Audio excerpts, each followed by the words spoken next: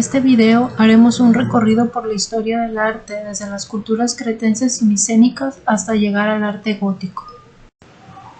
Por lo que hace al arte cretense, lo apreciamos en su arquitectura, pintura, alfarería y escultura. En lo que hace a la arquitectura resaltan los palacios, que era el lugar donde vivía el rey. No eran templos sino complejos palaciales y administrativos. En los palacios a su vez resalta la arquitectura arquitrabada y las columnas troncocónicas.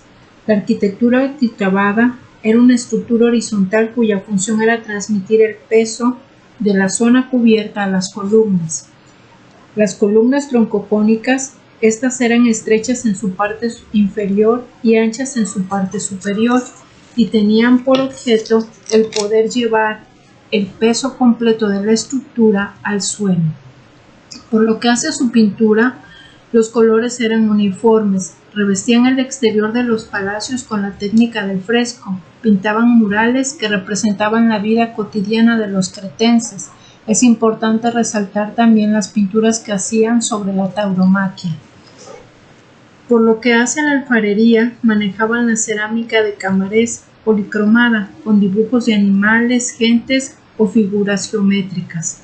Por lo que hace a las esculturas, las hacían en marfil y bronce, en cerámica vidriada o en loza.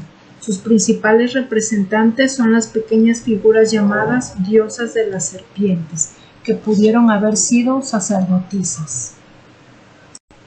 Aunque en la cultura micénica su arte se hace espontáneo en la pintura, escultura y cerámica, su arquitectura destaca por la belleza de sus construcciones. Encontramos el megarón, el tolos y las murallas ciclopeadas. El megarón es una construcción rectangular con un pórtico, seguido por la sala y en el centro una fogata donde se encontraba el trono. Cabe destacar en esta construcción las columnas troncocónico invertidas, influencia de la cultura minoica.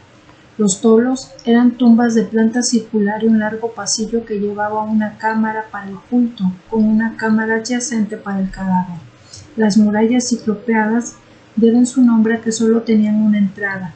Podían medir hasta 8 metros de espesor y se construían con grandes bloques de piedra apiladas. La cultura griega destaca en su arquitectura por el uso de las matemáticas, el uso de líneas horizontales como el crepis y el arquitrabe, de líneas verticales como la columna, que se dividió en 3 órdenes, jónico y dórico, inspirado en los pueblos que la conquistaron, y en el corinto, que surgió de manera posterior. En general, su arquitectura contenía crepis, columnas y muros, entablamiento, arquitrabe, friso, cornisa, cubierta, frontón. Sus edificaciones más representativas son el templo, el teatro, el tolos, el santuario, el estadium, el hipódromo, el ágora y estoa y el bueleuterio. De las edificaciones griegas destacamos 3 construcciones. El teatro, que era la construcción más importante, aún más que el templo, de forma semicircular y en él se hacían representaciones de tragedias griegas. Los templos, que son rectangulares, construidos de este a oeste y sirven de morada a un dios. La estoa y ágora se construían juntas y servían para impartir justicia y realizar actividades de comercio. En la estoa se podía pasear y escuchar enseñanzas como las de Sócrates. Servía también para resguardarse del clima y la consideramos un antecedente de las plazas comerciales. En la cerámica griega, sus formas varían según el uso al que estaban destinados los objetos. Los tipos de vasos más importantes son el ánfora, la cretera, el dinos, el stagnos, la hidra, entre otros. Por lo que hace a la pintura, esta se emplea en la decoración de templos y lugares públicos como los pórticos, y durante la época del helenismo se tomó la costumbre de adornar las casas particulares con pinturas. Por lo que hace a la escultura, hay un interés especial en el cuerpo humano. Surgen conceptos de Kano, es decir, proporciones ideales de las partes del cuerpo para una armonía visual. Utilizaban la piedra, el bronce, la terracota, la madera y el marfil y la técnica del cincelado para realizar las esculturas. La civilización etrusca se estableció en la península italiana, en Etruria, hoy Toscana, en el siglo IX, el primero antes de Cristo. Fue una civilización muy importante en la historia de la cultura romana.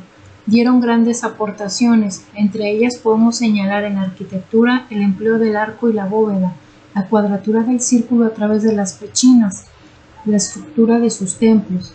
En el urbanismo, la ingeniería hidráulica, la construcción de canales, acueductos y cloacas.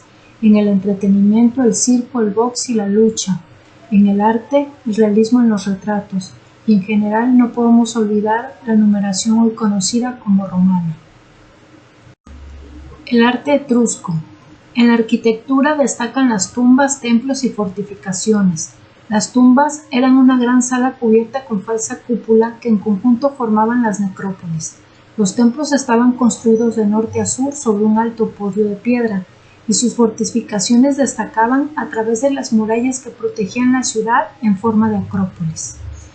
La escultura se clasifica en 3 tipos. La más común son las parejas funerarias, que se encuentran en las cubiertas de los sarcófagos. Las esculturas zoomorfas están a la entrada de las necrópolis como genios protectores, y las esculturas exentas, que son estatuas de bulto redondo, adornaban los frontones de los templos. En su pintura utilizaban la técnica del fresco, la vinculaban al mundo de los muertos, se ubica en el interior de las tumbas, se representan con banquetes y con escenas de la vida cotidiana del difunto, y además pintaban escenas alegres para ahuyentar la tristeza de la muerte. La cultura romana se desarrolló en el siglo VIII a.C. en el Monte Palatino. Esta civilización tomaba de otros pueblos los avances y los dotaba de su propia personalidad. Muchas son las aportaciones que esta cultura hizo a la humanidad. La arquitectura romana es muy variada, en ella recayó el arte casi en su totalidad. Podemos mencionar las casas, que eran rectangulares con vestíbulo al patio central, con dormitorios a los lados y al fondo la sala de estar y el comedor. El anfiteatro, en él se representaban luchas de gladiadores, batallas navales y caza de fieras. Es el resultado de la unión de 2 teatros, de planta elíptica rodeado de gradas. El teatro es una construcción aislada de los muros, de forma semicircular y con graderíos. El circo es una planta estrecha y alargada, con graderías en sus lados mayores, con una espina en el centro de la arena que la dividía longitudinalmente en 2 pistas. El Arco del Triunfo, con forma de puerta de ciudad, aislada de la muralla con 1 o 2 arcos, y representó el triunfo de las tropas con su comandante. Y por último, las columnas conmemorativas, un fuste decorado con relieves que asciende en forma helicoidal. El arte paleocristiano se manifiesta en la arquitectura, la pintura y en menor grado en la escultura, y se da en 2 momentos, el anterior y el posterior al Edicto de Milán.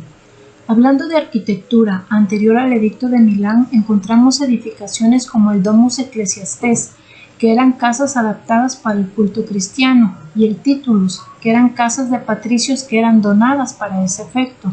Las catacumbas eran cementerios cristianos que consistían en una red de galerías donde se depositaban los cuerpos. Posteriormente al Edicto de Milán, los edificios en donde se llevaban a cabo los cultos cristianos eran las basílicas. En la pintura, estas adornaban las paredes y las bóvedas de las catacumbas.